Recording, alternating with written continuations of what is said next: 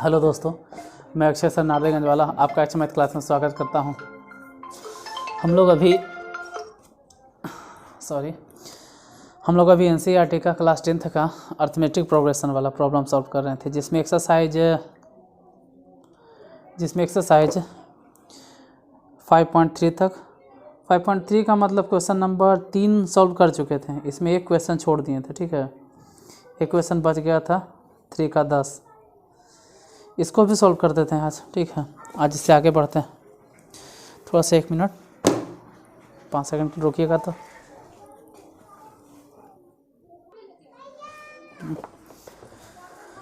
चलिए। तो share, like, subscribe वो तो आप जानते ही हैं, उसके लिए आपको क्या बोलना। हम अपना काम स्टार्ट करते हैं, बाकी आप अपना काम कर दीजिएगा, ठीक है। क्लास स्टार्ट करते हैं। इससे पहले हो सके तो क्लास को शेयर कर दीजिएगा, ठीक है, 2 लोगों को। और अगर अच्छा लगे देखते देखते बीच में आप क्लास को लाइक भी कर दीजिएगा।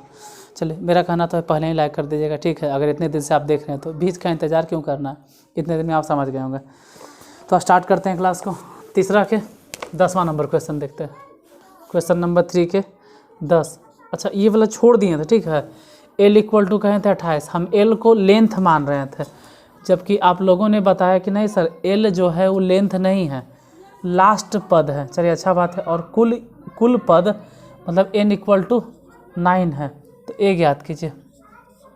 आई अप्रिशिएट कि आप लोगों ने बताया कि L जो है, L से हम लेंथ समझ रहे थे, ठीक है। आंसर हम देखे नहीं क्या है नहीं है, हमको लगा L मतलब लेंथ है, लेकिन आप लोगों ने बताया कि L फॉर लास्ट टर्म है। अब हमको कैसे पता चलता, तो वो देखो हम यहाँ से भी चेक कर लेते हैं। A रख देते हैं, A का मान आंसर देख के रख देते हैं। ए आंसर में दे ले हैं, आंसर में तो ये दे ले होगा, तो वहाँ से ये बैठा देते हैं। n के जगह पे ये रख देते हैं 9, और टोटल समेशन के जगह पे ये रख देते हैं। उससे हम पता कर लेते कि ये है क्या, L पता कर सकते थे, लेकिन नहीं, आप लोगों ने किया, बहुत अच्छा बात है। L लास्ट पद है। लास्ट पद कहने का मतलब है कि लास्ट पद क्या होगा, 9, यानी T9 दिया गया है 28। तो कुछ नहीं, समेशन का फॉर्मूला बता दीजिए। अगर Sn का फॉर्मूला आपसे पूछा जाए तो A + Tn, और बटा में क्या हो जाएगा 2, और गुने में क्या कर देंगे n। यहाँ पर Sn नहीं है, S9 है, तो A तो खैर मालूम होगा, नहीं मालूम है, तो A को छोड़ दो। और Tn मतलब T9, मतलब T9 लिखेंगे, और बटा में 2, और गुने में क्या कर देंगे 9। S9 वो तो दिए हुए कि 144 है। A मतलब कितना है, A मतलब नहीं पता है, कोई बात नहीं। T नहीं 9 है, T9 मतलब कितना 28, और बटे में क्या है 2, गुने में क्या कर देना 9। हालांकि ये 9 से ही कैंसिल हो जाएगा, 9 से काटो, 16 44 से 2 गुना कर दो, तो पता चला 16 दूनी 32। A प्लस कितना हो गया 28। अगर A + 28 = 32 है, तो A = 28 को माइनस कर दो, यानी कितना हो जाएगा A बराबर 4। तो ये क्वेश्चन कल छोड़ दिए थे, कहे थे आप जहाँ से बनाना है बना लीजिएगा। चलिए, अच्छा बात है, आपने किसी तरह से गूगल करके बना दिया। नेक्स्ट आते हैं क्वेश्चन नंबर 4।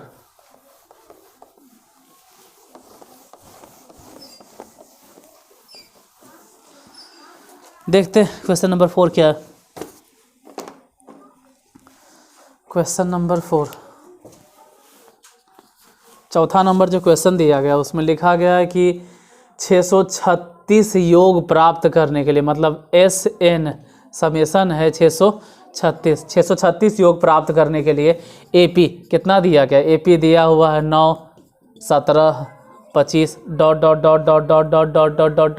कि कितने पद लेने चाहिए। मतलब आपसे पूछा जा रहा है कि n के बारे में बताइए कि n क्या होगा।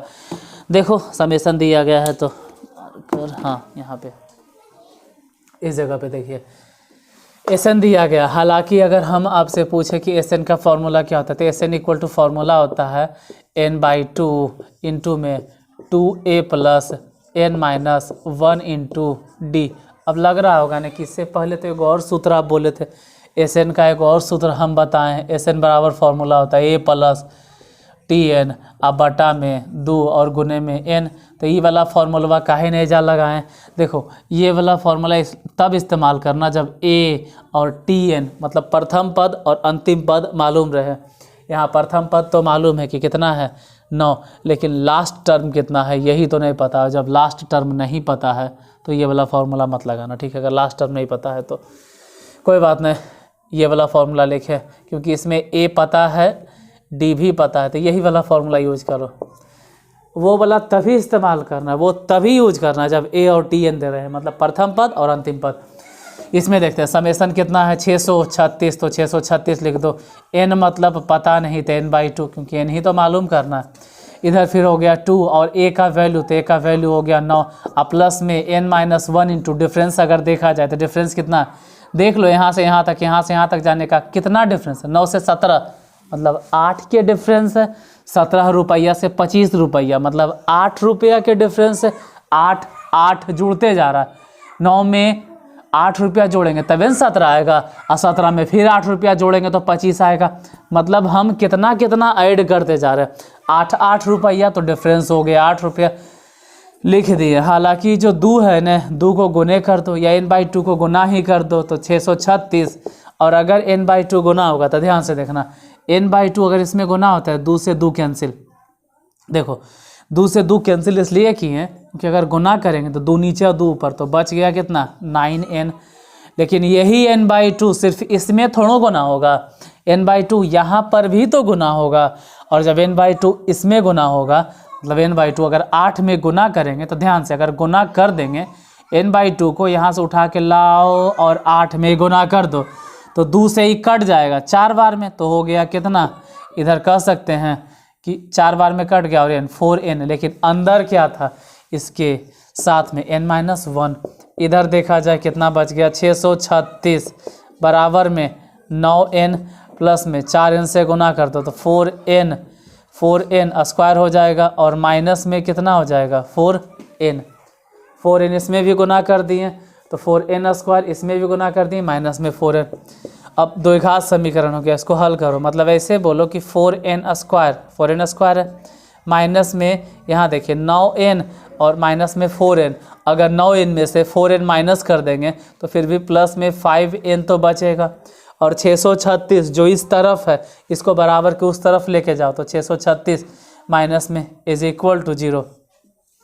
इसके आगे की कहानी हम बार बार बोलते हैं कि जब भी फैक्टराइजेशन आता है तो हमको मालूम है कि इसका इम्पोर्टेंस क्या होता है। अक्षय मैथ क्लासेस नारदीगंज 09, इस पे जाइए और सबसे पहला वीडियो सर्च कीजिए, उसमें यही आपको समझाया गया है कि कैसे बनाना है। उसमें हम बताए हैं, क्योंकि हम जानते हैं कि फैक्टराइजेशन कितना इंपॉर्टेंस रखता है मैथ में।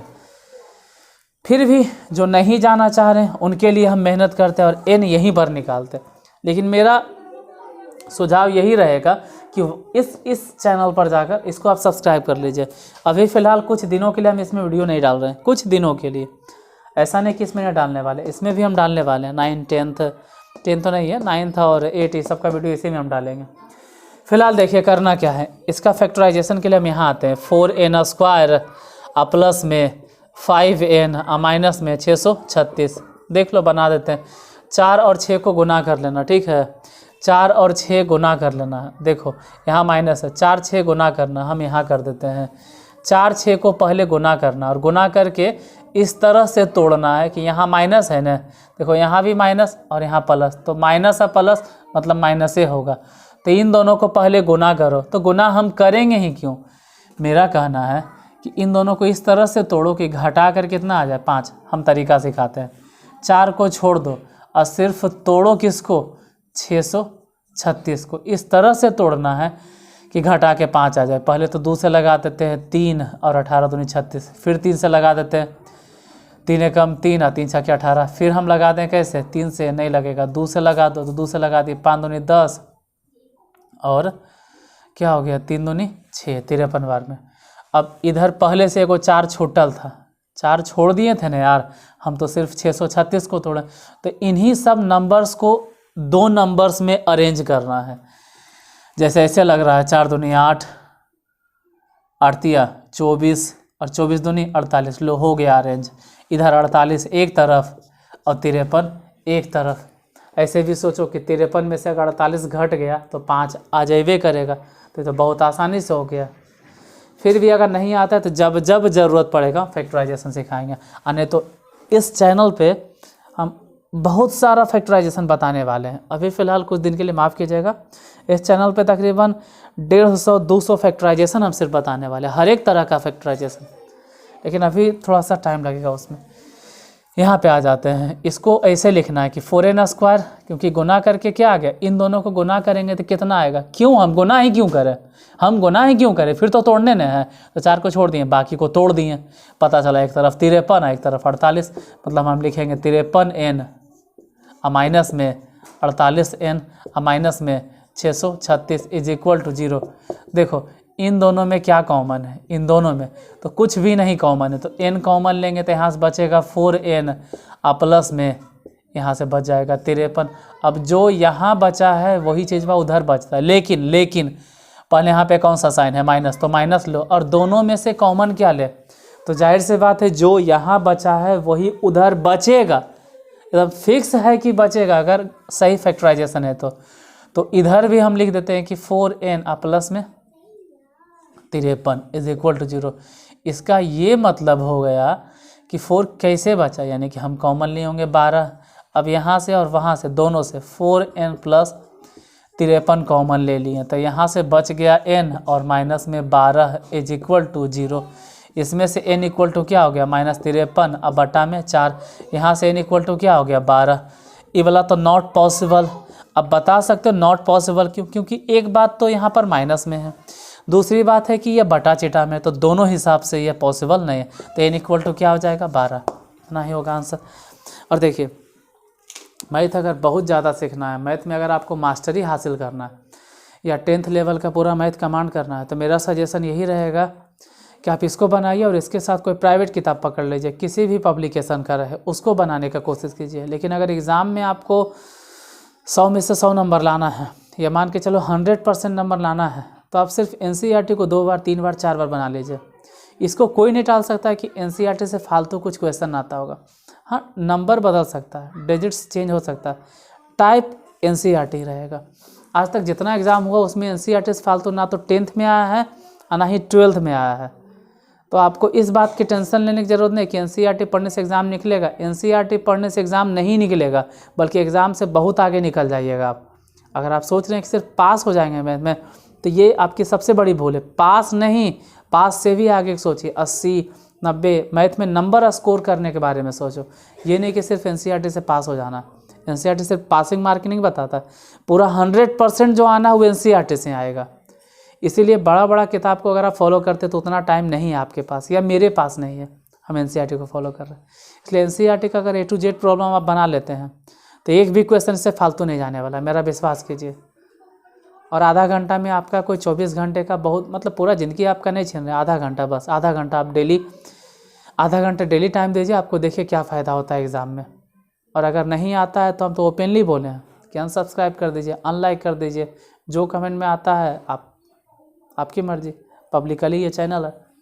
लेकिन फ़िलहाल विश्वास तो करो यार, एग्ज़ाम में अच्छा खासा जाएगा। चलिए नेक्स्ट पे आते हैं, क्योंकि हमको भी बताते बताते ऐसा लगा कि इस टाइप का एक ही प्रॉब्लम है सर, क्या करें। तो एक ही प्रॉब्लम को आप 2-3 बार बनाइए, लेकिन फिर भी अगर आपको लगता है कि कमांड करना है तो ठीक है, किसी और पब्लिकेशन का बना लीजिए।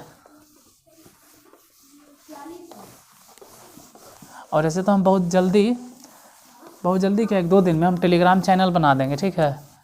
उसमें आपके मतलब आपको प्रॉब्लम देने के लिए हम PDF प्रोवाइड करवा देंगे। अभी तो नहीं, इस महीने के बाद दिसंबर से टेलीग्राम चैनल बना देंगे, या टेलीग्राम का एक ग्रुप बना देंगे, उसमें आप ज्वाइन कर लीजिएगा। पर डे आपको PDF वहाँ प्रोवाइड करवा दिया जाएगा, जिससे कि आप ज़्यादा से ज़्यादा प्रैक्टिस कर सकें। उसमें एक तरह का क्वेश्चन मतलब 50 को 60 को ढेर सारा रहेगा, प्रैक्टिस करते रहो, क्लियर हो जाएगा। लेकिन एग्ज़ाम नज़दीक है, इसलिए हम थोड़ा जल्दीबाजी में फोकस कर रहे हैं मेन क्वेश्चन पे। और कोई भी मेन क्वेश्चन NCERT से ही देता है, इससे फालतू तो रहेगा नहीं। नेक्स्ट क्वेश्चन आते हैं। अच्छा, ये क्वेश्चन नंबर था क्या 4, अब आते हैं क्वेश्चन नंबर 5 पे। 5वां नंबर है, किसी AP का प्रथम पद मतलब होता है A = 5 है, प्रथम पद 5 है, और अंतिम पद मतलब TN बराबर कितना है 45 है, और योग अगर देखा जाए एस एन इक्वल टू कितना है 400। किताब तो जरूर रखिएगा अपने पास। तो पदों की संख्या मतलब एन बताइए, और एन ही सिर्फ नहीं पूछ रहा है, कह रहा है सार्व अंतर भी बताइए, मतलब कॉमन डिफरेंस। देखो हम शुरू से बोलते आ रहे हैं कि आपके पास किताब होना बहुत ज़रूरी है। अगर किताब नहीं रहेगा तो आपको समझ में नहीं आएगा। देखिए पहले नंबर तो ये बताइए कि एस एन का फॉर्मूला क्या होता है। एस एन का फॉर्मूला होता है ए प्लस टी एन बटा में 2 और गुने में एन। फिर कहिएगा कभी आप कौन सा फॉर्मूला, कभी आप कौन सा, यहाँ पर ये वाला फॉर्मूला, अरे यहाँ पर ए दिया गया है, टी एन दिया गया है, तो क्यों ना हम इसी का इस्तेमाल कर ले। एस एन के जगह पे क्या लिख दे डायरेक्ट 400, ए के जगह पे क्या लिख दे 5, टी एन के जगह पे क्या लिख दे 45/2 गुने में एन, क्योंकि एन तो मालूम हमको करना है। पता चला कि 400 इज इक्वल टू 5 और 45 अगर दोनों को जोड़ देंगे तो 50/2 गुने में एन। 0 से 0 कैंसिल, 5 से इसको कैंसिल कर दो, कितना बार में 8 × 5 = 40, तो एन इक्वल टू क्या हो गया 16। चलो एन तो आ गया आंसर, लेकिन सिर्फ एन पर ही नहीं रुकना, हमको डी भी निकालना है। तो अब हमको लिखना होगा टी एन। टी एन लिखो, टी एन का फॉर्मूला होता है A plus N minus 1 into D, जिसमें टी एन का वैल्यू कितना है 45, तो 45, ए का वैल्यू कितना है, ए का वैल्यू है 5, तो 5 n - 1। अब हमको n मालूम है, अब हमको n के बारे में पता है कि n के जगह पे क्या रखना है 16, तो 16 - 1 मतलब 15। डी क्या है पता नहीं, एक काम करो 5 को माइनस कर दो, जैसे ही 5 माइनस होगा पता चला कि यहाँ पे हो गया 40 इज इक्वल टू 15D। इससे इसको कैंसिल कर दो तो कितना हो जाएगा डी इक्वल टू, अगर काटे तो 8 × 5 = 40 और 3 × 5 = 15, तो 8/3 हो जाएगा। डी इक्वल टू 8/3 आंसर, यही होगा आंसर। नेक्स्ट क्वेश्चन पे आते हैं।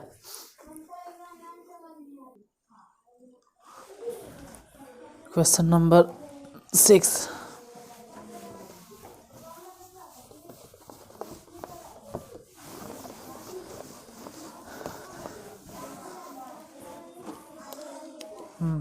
छठा नंबर क्वेश्चन देखते हैं। क्वेश्चन नंबर 6 दिया गया, किसी एपी के प्रथम और अंतिम पद क्रमशः, मतलब कि फर्स्ट टर्म ए बराबर अगर देखा जाए तो ए इक्वल टू है 17, ठीक है, और अंतिम पद मतलब टी एन अगर देखा जाए तो टी एन है 350। यदि सार्व अंतर मतलब डिफरेंस दिया गया है 9, तो इनमें कितने पद है और इनका योग क्या है। कह रहा है इनमें कितने पद है और इनका योग क्या है, इनमें कितने पद है और इनका योग क्या है। आते हैं इस पे, इनमें कितने पद है और इनका योग क्या है, मतलब इनमें कितने पद है मतलब n पूछ रहा है, और इनका योग क्या है मतलब एस एन पूछ रहा है। तो एस एन तो बाद में फाइंड करना, पहले n मालूम करना पड़ेगा। n कैसे मालूम करेंगे, इतना जानकारी आपको दे दिया गया, n मालूम कर लो ना यार। टी एन दिया गया तो टी एन का सूत्र क्या होता है a plus n minus 1 into D, इसमें पुट कर दो जैसे टी एन, तो टी एन का वैल्यू कितना है 350, 350। ए मतलब कितना है, तो ए मतलब हो गया 17, तो 17 लिखेंगे। n - 1, n ही तो नहीं पता है, पहले तो n ही मालूम करना। हाँ डी पता है कि 9 है। एक काम करो, इस 17 को इधर माइनस कर दो। अब सोचो कि 350 में से 17 इन्हें आके घटवे नहीं करेगा, तो इधर कौची बच गया n - 1 और गुने में 9, घटावेल तो आता होगा। 10 में से 7 गया तो 3 हो गया और ये बच गया 4, 4 में से गया तो 3 हो गया और ये बच गया 10 के तहत 333 इज इक्वल टू n - 1 और गुने में 9। 9 से इसको काट दो, 9 से काट दो, इतना टफ नहीं है। देखो 9 × 3 = 27, यहाँ से बच गया 6 और 3 मतलब कि 9 × 7 = 63, तो n - 1 बराबर है 37, यानी n बराबर हो जाएगा 38। चलो n तो निकल गया, n फाइंड करना था तो n इक्वल टू आ गया 38। लेकिन अभी ये जो बाकी है एस एन, तो एस एन का फॉर्मूला क्या होता है ए प्लस टी एन, और बटा में क्या लिखेंगे 2 और गुने में एन। अब ए हमको मालूम है, ये था पहले से, ए पता था कि 17 लिखना है, टी एन वो भी पता था कि 350 लिखना है। अब बटा में 2 गुने एन अभी मालूम किए कि एन क्या है, एन पता चल गया कि एन 38 है। 2 से इसको काट दो, कई बार में 19 बार में। इधर आप जोड़ सकते हैं तो जोड़ कर देख लीजिएगा, अगर जोड़ेंगे तो 367 और गुने में 19। अब 19 को 367 से गुना करना, ये गुना आता होगा सबको, गुना कर लीजिएगा, ठीक है। गुना करने वाली बात इतना टफ नहीं है, कि आपको गुना भी करके हम ही बताएं।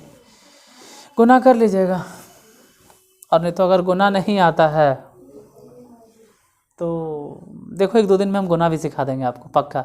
गुना के हम जोड़ सिखा देंगे, लेकिन थोड़ा सा हो सकता है दिसंबर में आपको जोड़ सिखा दें, गुना सिखा दें, हम सब सिखा दें, लेकिन फिलहाल अपने से कर लीजिएगा। नेक्स्ट क्वेश्चन 7वां नंबर।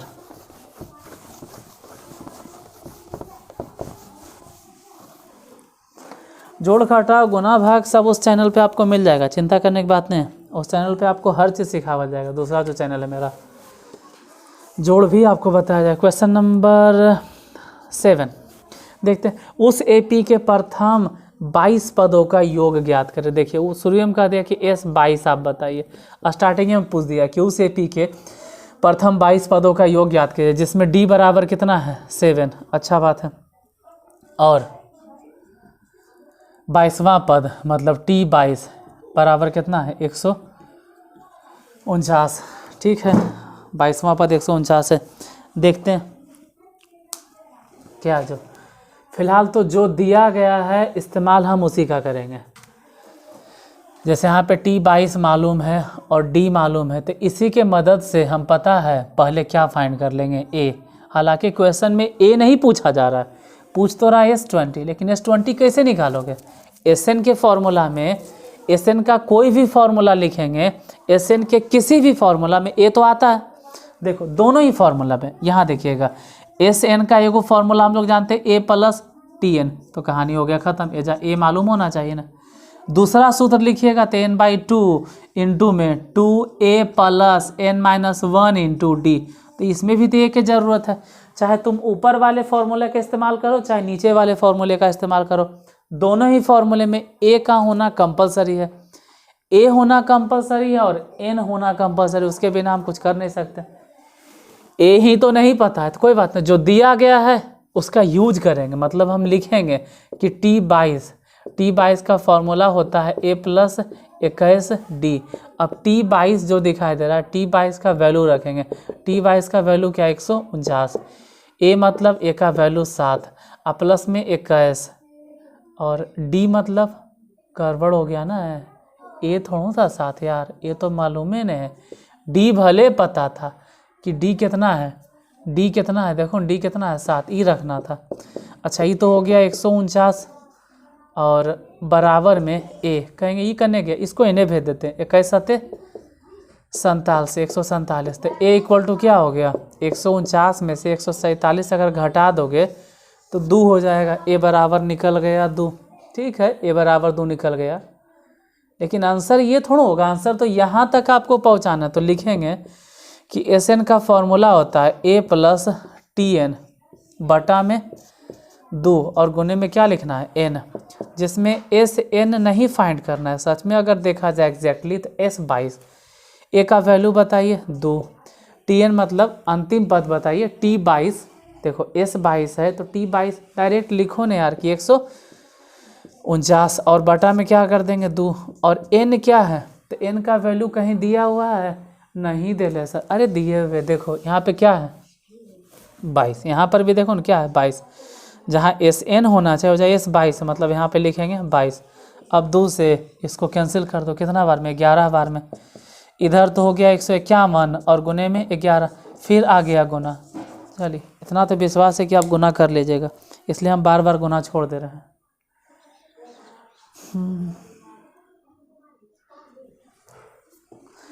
Next question number 8।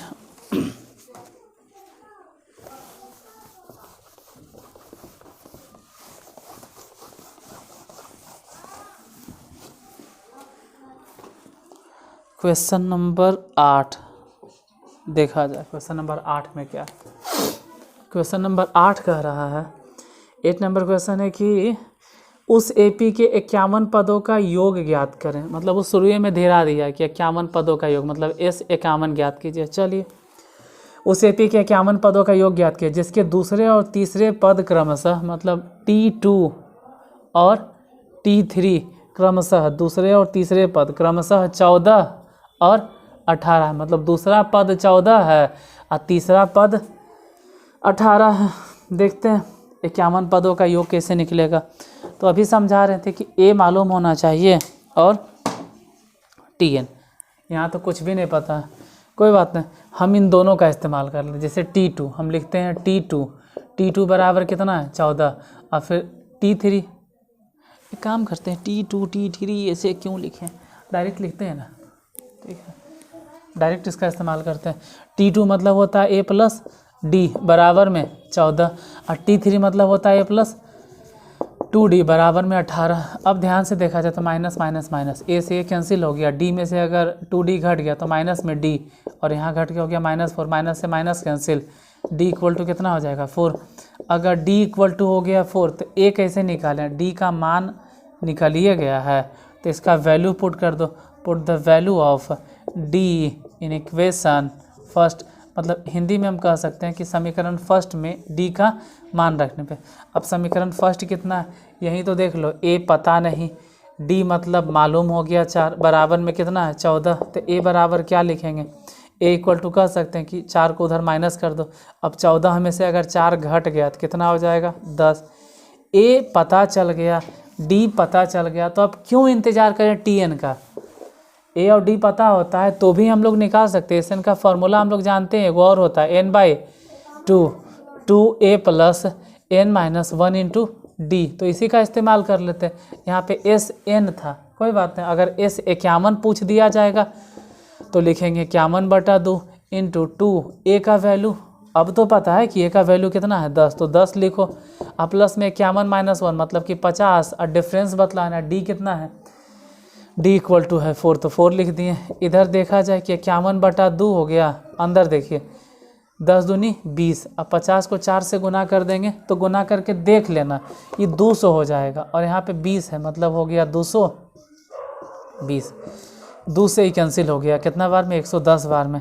अब 51 को अगर 110 से गुना करना है तो ये गुना खुद से कर लो, इतना तो पक्का है कि गुना आता है, कर लीजिए गुना।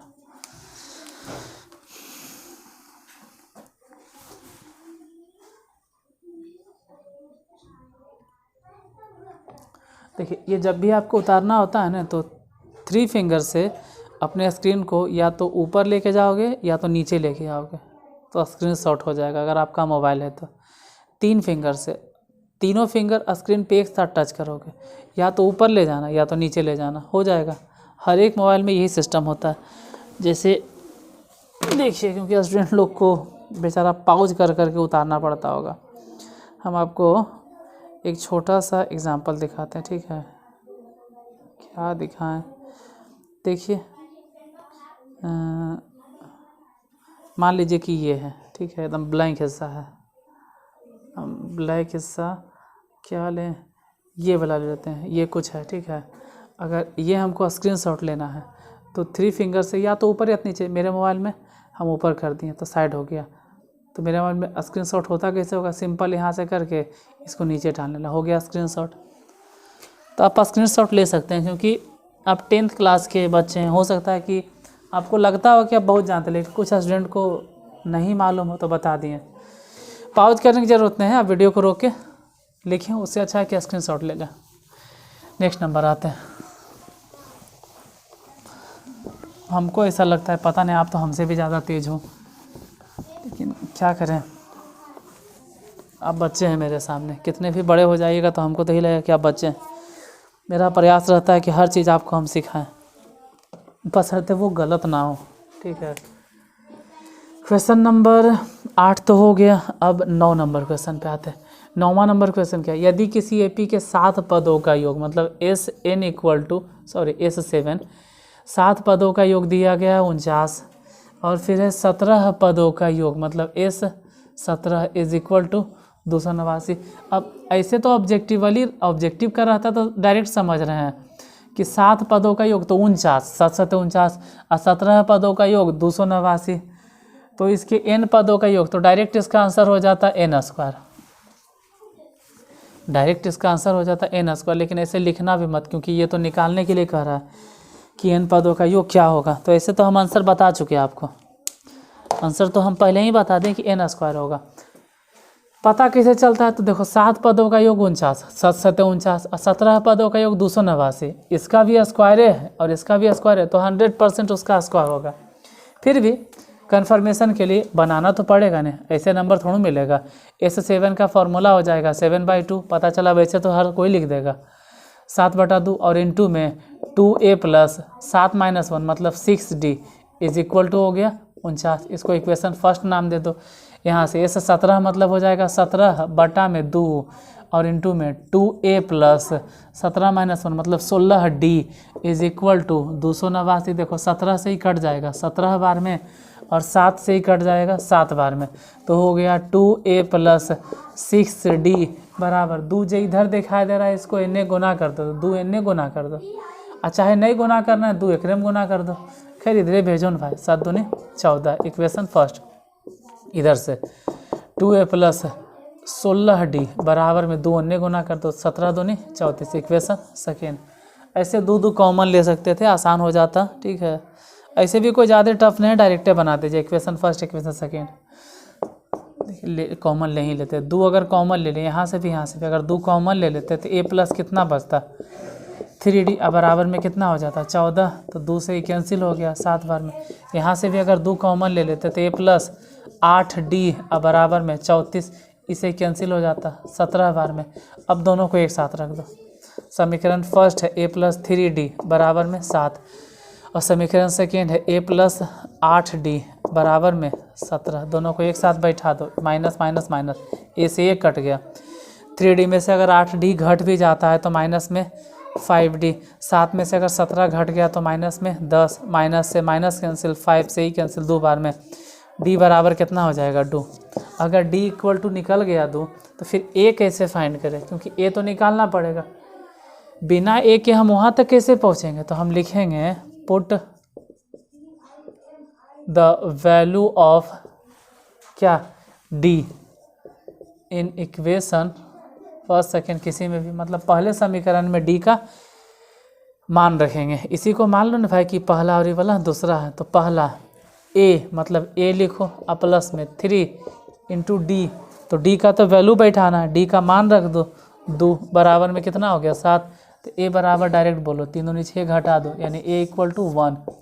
a पता चल गया, d पता चल गया, तो निकालना है क्या आपको SN का सूत्र बता दीजिए। SN के फॉर्मूला क्या होता है n/2 इंटू 2a मतलब 1, प्लस में n - 1 तो n - 1 इंटू d, तो d मतलब भी अब हमको पता है कि d माने क्या रखना है 2, तो यहाँ पे 2 बैठा दिए। इधर क्या हो गया n/2, इधर देखो 2 प्लस में अगर 2 गुना कर देते हैं तो 2n, और माइनस में 2 गुना कर दो, 2 से इसमें गुना करेंगे तो 2n, फिर इसमें गुना करेंगे तो -2। हालांकि -2 प्लस 2 दोनों कैंसिल हो गया, तो बच गया कुछ n/2, और गुने में 2n, यहाँ 2 से 2 कैंसिल, तो n और n जो बच गया उसका स्क्वायर कर दो तो n स्क्वायर हो जाएगा। यही हो गया आंसर। अब क्वेश्चन नंबर 10, क्वेश्चन नंबर 10, ठीक है 10 भी देख लें, हाँ 10 भी देख लेते हैं, उसको भी क्यों छोड़े, 10 पूरा राउंड हो जाएगा।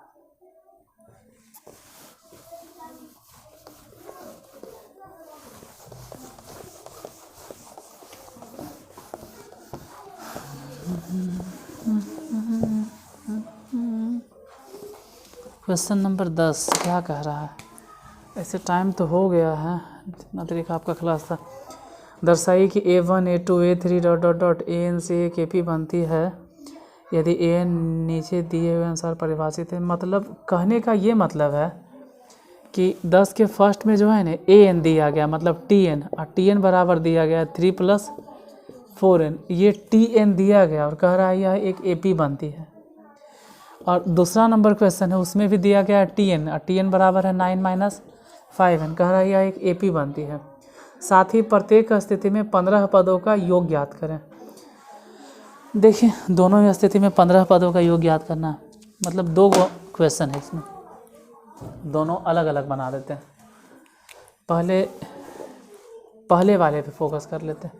आपसे ये पूछा जा रहा है, ये कह रहा है कि साबित कीजिए, साबित ही करना है ना, आपसे ये कहा जा रहा है कि आप दर्शाइए मतलब साबित कीजिए, दर्शाइए कि A1 A2 A3 dot dot dot AN से एक AP बनती है यदि AN नीचे दिए गए परिभाषित है। इस तरह से मतलब ये आपको दिखाना है कि ये जो टर्म है ना वो AP का टर्म है।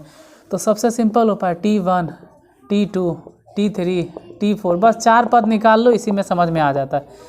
T1 तो T1 मतलब हो गया 3 × 4 प्लस में 1, T2 मतलब 3 + 4 × 2, T3 मतलब 3 + 4 × 3, T4 मतलब 3। ये सब वैसे रहेगा 4 × n के जगह पे हम कभी 1 रखेंगे कभी 2। देखो n ने था, n हट गया, यहाँ पे 1 आ गया, 2 आ गया, 3 आ गया, 4 आ गया, तो यही बदलते हैं। कितना हो गया, 4 एकम 4 3 7। यहाँ से देखते हैं 4 दूनी 8 और 3 11।